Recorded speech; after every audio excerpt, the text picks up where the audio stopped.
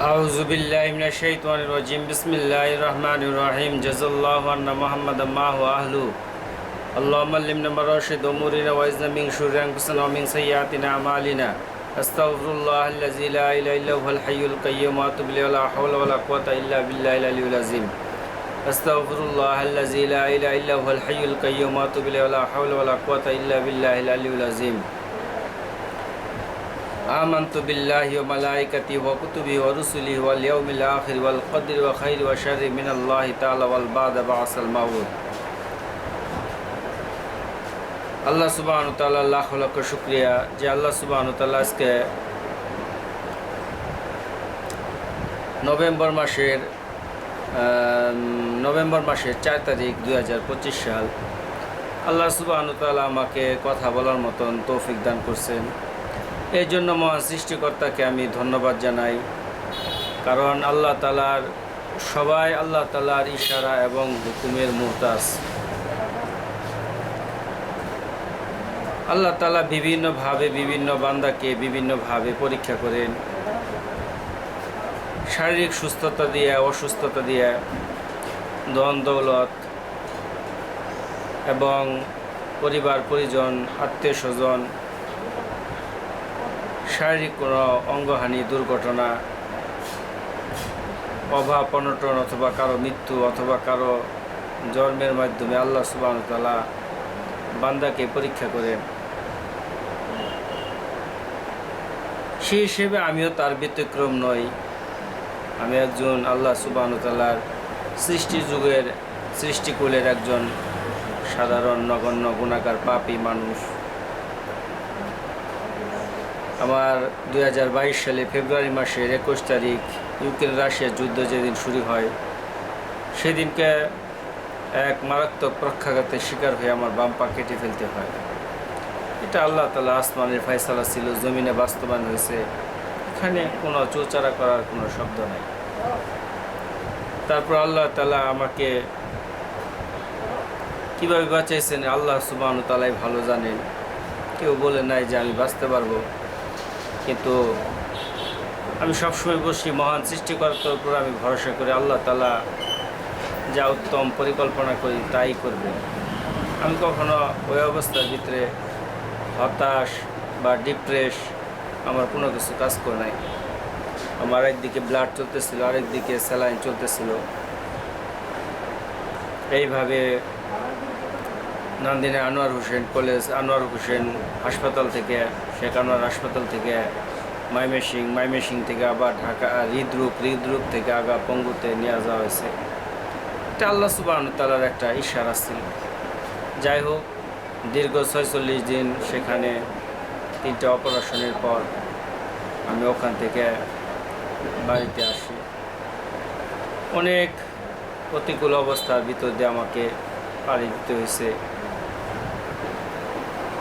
আল্লাহর দরবারে শুকরিয়া আদায় করি যে আল্লাহ সুবহানাহু ওয়া তাআলা সব বান্দাকে বিভিন্ন প্রতিকূল অবস্থার ভিতরে রেখে পরীক্ষা করে, যার ফলে আমার একটা বাম পা কাটা।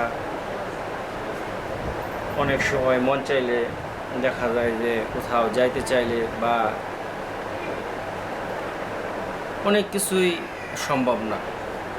কারণ একটা মানুষ যখন তার একটা পা অথবা একটা হাত অথবা 2টা পা থাকবে না, তার বিভিন্ন রকম প্রতিকূল অবস্থা তার সামনে আসে। এই প্রতিকূল অবস্থার ভিতরে তাকে অনেক কিছু ফেস করে, অনেক কিছু চ্যালেঞ্জ মোকাবেলা করে তাকে চলতে হয়। তো যারা এরকম দুর্ঘটনার শিকার হয়েছে অথবা আল্লাহ প্রদত্তভাবে যাদের এই ধরনের কোনো কিছু হয়েছে, তারাও এই সমস্ত পরিবেশকে ফেস করতে হয়। কারো কম করতে হয়, কারো বেশি করতে হয়। এটা আল্লাহ তাআলার একটা পরীক্ষা। যেহেতু আমার বাবা মা ভাই বোন কেউ নাই, সেই হিসেবে এটা আমার জন্য আরও বেশি চ্যালেঞ্জিং বিষয়। কারণ নিজের বাবা মা ভাই বোন না থাকলে এই কষ্ট বোঝানোর মতন সাধ্য কারো নাই। অনেক জ্ঞানী ব্যক্তিরা বুঝে। যাই হোক, আমি পড়ছি আমানতু বিল্লাহি, আমি বিশ্বাস করলাম আল্লাহর উপর, এক আল্লাহ তাআলার উপর এক আল্লাহ, যে আল্লাহ আসমান জমিন আরশ কুরসি পাহাড় পর্বত নদী নালা খাল বিল সমুদ্র মহাসমুদ্র পশু পাখি থেকে নিয়ে করোনা ভাইরাসের মতন জীবাণু যে সৃষ্টি করছে সেই আল্লাহর উপর আমার পরিপূর্ণ বিশ্বাস রাখতে হবে। অমালাইকাতি এবং আল্লাহ সুবহানাহু ওয়া তাআলার অগণিত অসংখ্য ফেরেশতা আছে যেটা গুণে শেষ করা যাবে না, ওই ফেরেশতাদের উপর বিশ্বাস রাখা। কুতুবিহি এবং কিতাবসমূহের উপর বিশ্বাস করা। রসুলিহি এবং যত নবী রাসূল দুনিয়াতে আগমন করছে সবার উপর বিশ্বাস করা। ইয়াউমিল আখির এবং আখিরাতের উপর বিশ্বাস করা। আল কদরি ওয়া খাইরি ওয়া শাররি মিনাল্লাহি তাআলা এবং তকদিরের ভালো মন্দ যা কিছু হইতেছে আল্লাহ তাআলার পক্ষ থেকে হইতেছে এটাকে বিশ্বাস করা। আল বাদা বাস আল মাউত এবং মৃত্যুর পর আমাকে পুনরায় পুনর্জীবিত করা হবে এবং আল্লাহর নিকট আমাকে দাঁড়াতে হবে, এটার উপর বিশ্বাস করা। এটা হইতেছে ঈমান বিল গায়েব। সেজন্য আল্লাহ তাআলার দরবারে এগুলো আমাকে হইতেই হবে। আমাকে ফার্স্ট টু লাস্ট আমার কৃতকর্ম সম্পর্কে আল্লাহ তাআলার কাছে জবাবদিহি করতে হবে। আল্লাহ তাআলার কাছে আমাকে হিসাব নিকাশের জন্য আমাকে দাঁড়াইতে হবে। আমার দুনিয়াবি আসলে কোনো উদ্দেশ্য নাই। অনেকে বলতে পারে যে ফেসবুকে ওইগুলো ভিডিও কেন ছাড়ে। আমার কোনোই দুনিয়াবি কোনো উদ্দেশ্য নাই। সময় আছে এবং যেহেতু ঘরে বসে থাকি তো কথা বলি, এখানে আমি আল্লাহ তাআলার কোনো কথা বলি, আখিরাতের কথা বলি, আসমানের কথা বলি, জমিনের কোনো কথা আমি বলি না। মৃত্যুর পরে কী হবে ওইটার কথা আমি বলি। আমার দুনিয়াবি কোনো লোভ লালসা এগুলো নাই। আপনারা যদি পারেন এমডি রুকনউদ্দিন ইউটিউব চ্যানেলটাকে সাবস্ক্রাইব করবেন, পাশে থাকা বেল আইকনটিকে ক্লিক করে দিবেন যাতে করে আমি নতুন নতুন ভিডিও করতে উদ্বুদ্ধ হই। এবং এখান থেকে যদি একটা কথা ভালো লাগে হয়তো কারো না কারো কাজও লাগতে পারে, কারো না কারো জীবনে যদি একটা পরিবর্তন আসে, চাই সে বাংলাদেশে থাকুক, প্রবাস জীবনে থাকুক, চাই ইংল্যান্ডে থাকুক, কানাডা থাকুক, ফিজি আইল্যান্ড থাকুক, জাপান থাকুক, যেখানেই থাকুক না কেন, তো এটা আল্লাহ তাআলা চাইলে হয়তো করতে পারেন। এটা আল্লাহ তাআলার সম্পূর্ণটা আল্লাহ তাআলার মর্জি এবং আল্লাহ তাআলার ইচ্ছা এবং আরাদার উপর নির্ভরশীল।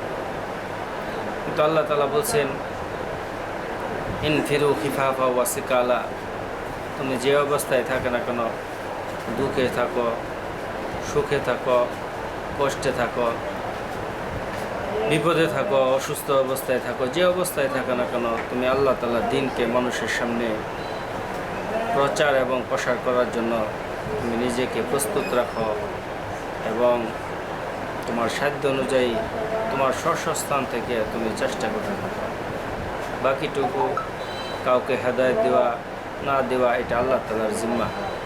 এখানে কারো কোনো হাত নাই।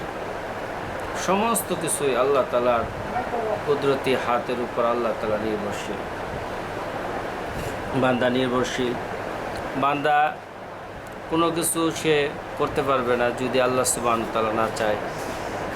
সেই জন্য বান্দা অত্যন্ত দুর্বল। আল্লাহ তাআলা বলছেন খলাকুল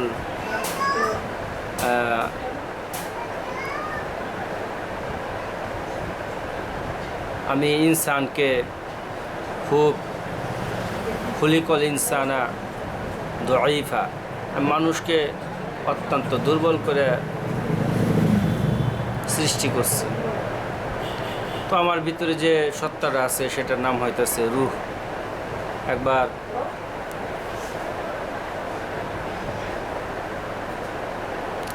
ইহুদিরা জিজ্ঞেস করলো, হে মুহাম্মদ, আমরা তোমার কাছে 3টা প্রশ্ন করব, যদি 3টা প্রশ্ন সঠিক তুমি জবাব দিতে পারো তাহলে আমরা কালমা পড়ে এবং তোমার হাতে বায়াত গ্রহণ করে মুসলমান হয়ে যাব। 3টা জিনিস কি? একটা হইল কি কিয়ামত কবে হবে, এটার সঠিক উত্তর দিতে হবে। দ্বিতীয় হবে আসহাবে কাহাব, ওই গুহাবাসী সম্পর্কে তুমি কি জানো? আর হইতেছে রুহ কি জিনিস? তখন রাসূলুল্লাহ সাল্লাল্লাহু আলাইহি ওয়াসাল্লাম বললেন যে আমি জানাই দিব, তোমরা কালকে এসো। কিন্তু এখানে আল্লাহ রসুল সাল্লাল্লাহু আলাইহি ওয়াসাল্লাম ইনশাআল্লাহ বলতে বলে গিয়েছিলেন, যার ফলে কয়েকদিন পর্যন্ত ওহী আসতেছিল না।